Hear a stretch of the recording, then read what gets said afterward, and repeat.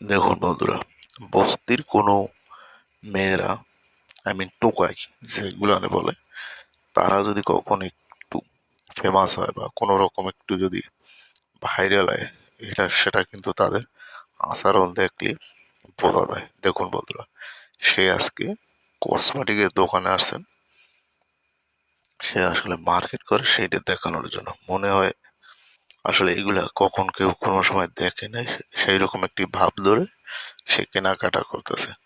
আসলে হয় কি, ওই যে কাক, ময়ূর, আসলে কাক যখন ময়ূর সাজে তখন কিন্তু তার প্রমাণ থেকে যায়, ঠিক সেই রকমই এই ভিডিওটা দেখুন।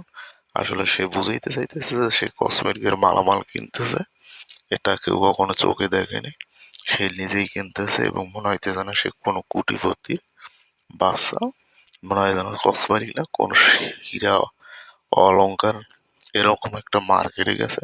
তাদের ভিডিওর কার্যকলাপ দেখে মনে হয় এরকম।